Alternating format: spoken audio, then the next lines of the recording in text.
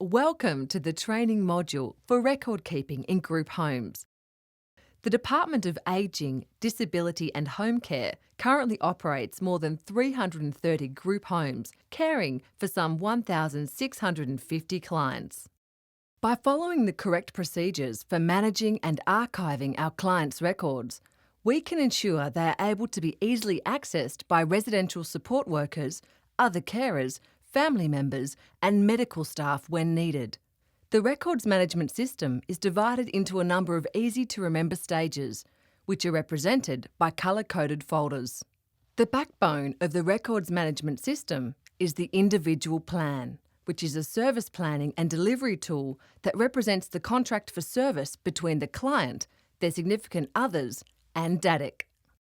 This section gives a brief overview of a typical individual plan. There's a more detailed overview in the Individual Planning Operational Training Manual and the Individual Planning Policy. The individual plan is a written proposal of action between DADIC and the client, including their family or guardian, outlining the things the client wants to achieve in the following year. The individual plan is renewed yearly with a 6-monthly review. The main purpose of the individual plan is to support the client as they move towards a more positive future, providing new opportunities and experiences. As the key part of the record system, the individual plan is a record of your day-to-day work with our clients. It also captures relevant information about their histories and is an ongoing tool for the effective care and support of those who use our services and reside with us. By negotiating and accurately documenting agreements and the intentions of the individual plan, we ensure that we're focusing on the individual needs and personalities of our clients, including ensuring their input and participation in the planning process, and empowering them to make choices for their lifestyle and quality of life. Before the individual plan meeting, you should help the client develop their plan, including reviewing the previous plan and deciding goals for the next year using the goal suggestion forms and review processes as guidance. If a client can't provide direct input into developing their suggested goals, then a review of progress on previous goals and consulting with family or carers will help you make appropriate goal suggestions for the next year. You should use the goal suggestion form to record the proposed and specific targets the client has decided upon. You'll need to bring this form to the individual plan meeting for formal endorsement by the client and their family and adoption into the implementation plan. Although you'll initially fill out this form on paper, where possible it should also be filled out on the office computer so it can be filed correctly in the department's network. Over the next few years, as DADIC's facilities are upgraded, it will soon become standard practice to create and back up most files on the network computer. The reports made during the creation and operation of the individual plan are managed and stored in accordance with the records management system.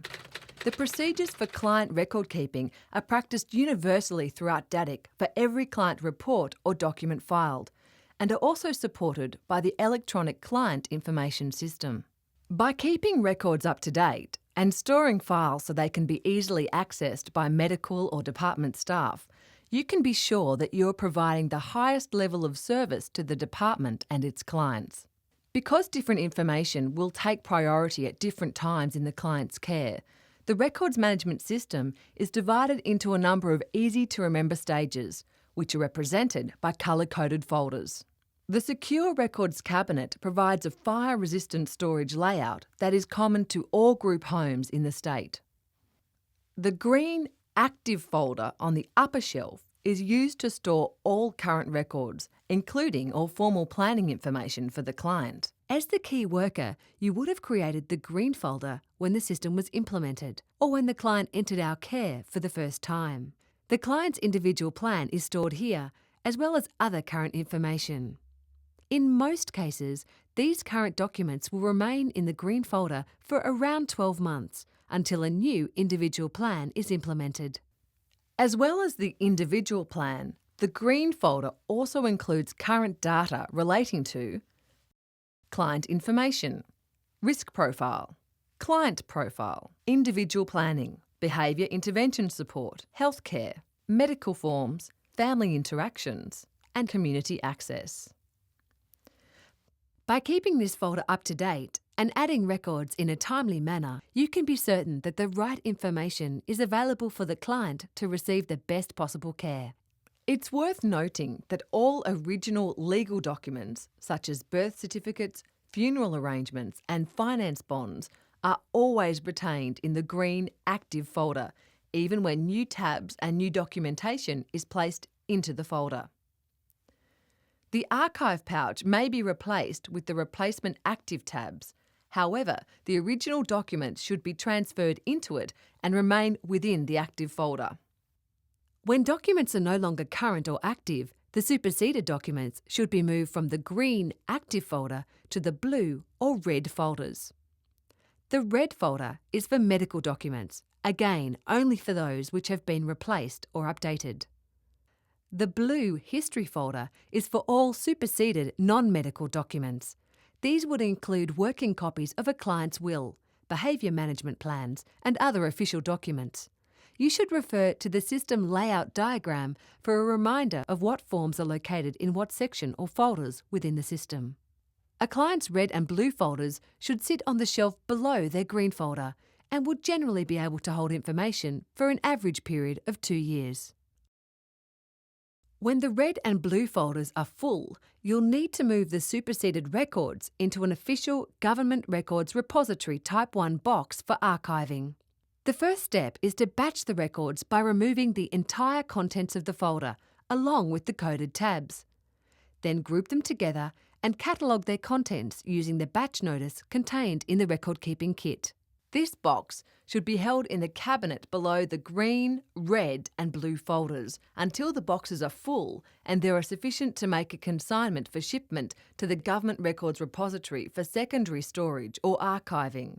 Correct archiving is vital to ensure we fulfil both our ongoing obligation to our clients and also meet the requirements set by the State Records Act. The Legacy Records Training Kit, including the CD-ROM, will explain correct archiving procedures in more detail. You'll also find more information on the intranet, in the Group Homes Records Procedures document, and in the training material and presentations on legacy record keeping. Let's review what we've learned in this presentation. For each client, we create a green folder, also known as the active folder. The green active folder is kept on the upper shelf of the records cabinet. It contains all current records, including the formal planning information and the client's individual plan, and all original legal documents, such as their birth certificate, will or funeral plan. When records in the green folder are superseded, they are transferred to the red medical folder and the blue history folder. The red and blue folders are stored on the shelf below the green folder. When records are moved from the green folder, the original documents in the archive pouch should be left in the green active folder. When the red and blue folders are full, the inactive or superseded contents are moved into an official Government Records Repository Type 1 archive box and batched using the batch notice contained in the record-keeping kit.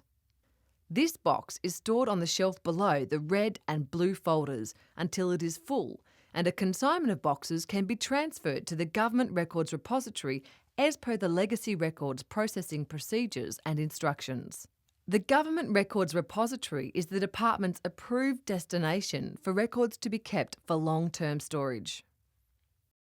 The life cycle of a client's records held within the unit will generally take about 5 years, from the moment the active folder is created and an individual planning cycle commences, to the time information to be archived is removed from site to the Government Records Repository. By following this procedure, DADIC can ensure that all clients' records are being kept accurately and, most importantly, can be retrieved easily by parties who may need quick access to a client's current or immediate historical records. If you are unsure of any of the processes you have seen in this presentation, please take the time to review the relevant section again or refer to the Group Homes record-keeping procedures. Your supervisor and your experienced colleagues will also be happy to answer any questions you may have about the record system and its role in the effective care of our clients.